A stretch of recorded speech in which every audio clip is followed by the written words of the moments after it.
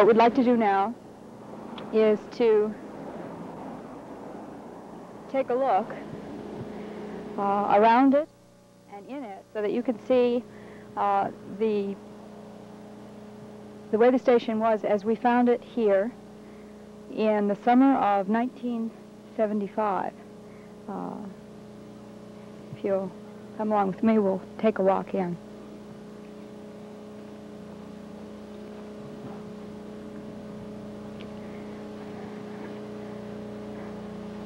We'll go to the outside first. Okay. Coming around to the side by the tracks here, there are two sets of tracks that run alongside the station, and it's an operational freight line at the moment. There is no passenger service along this track, but as you can see by the marks here on the rails, it's used, I'd say, very regularly as a freight vehicle. Down the track a ways there you have the A&P storage depot, and on the other side of us in that direction is the Roebling plant, or what was the Roebling steel plant, which has since been abandoned. However, the line still goes through, completely through to Bordentown and all the way up to Robbinsville. At Robbinsville it ends. There's a break in the line. It continues again, starts again in Hightstown, and goes up to Amboy in that direction. Now in the direction that's north, in this direction, south, it goes all the way down to Camden without any breaks or stops. Okay, the station is in fairly good shape compared to many of the stations we've seen. The roof seems to be intact. The walls seem all right. There's a bit of fire damage in the rear area. The windows are all broken out, as you can see. There was some sort of a platform or a walkway, and some of it remains. We are not sure, but we believe that the building may have extended out, or there may have been another building, or perhaps at one time it had a sliding door on this side so that it did allow for storage of freight. That, however, doesn't remain. Now, this is the end of the building that has the fire damage. You can see the hole in the wall here. And the very back wall, which is around here, the rear wall of the building, was completely burned out. And when we go inside, hopefully you'll be able to see that a 2x4 construction was put up in its place. And it must have been put up when the station was still in operation, because they did manage to close it up and seal it pretty well. We'll go around to the other side, and you can also see that the other side of the station has quite a bit of fire damage. Actually, that side has the most damage.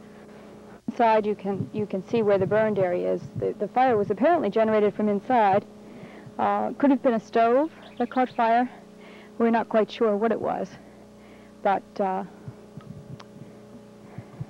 this wall is the one that is in the worst shape. By the size of that tree, which is, I would say, at least 2 years old, probably, it has been a while since the fire occurred. This is the bathroom window. The lines here, the cable lines that will be taken, these are the electrical outlets. As you can see, they're taped up, and those will connect up to that telephone pole and be the power system.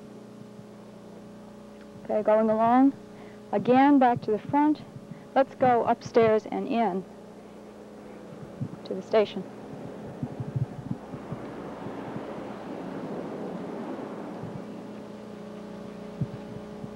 The stairs themselves are fairly sturdy. They're in good shape. There's a lot of tar, a lot of broken glass and stones.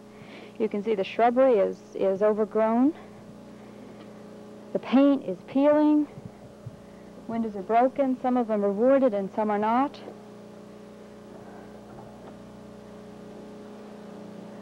The door to the station has no lock, had no lock when we came, and no doorknob.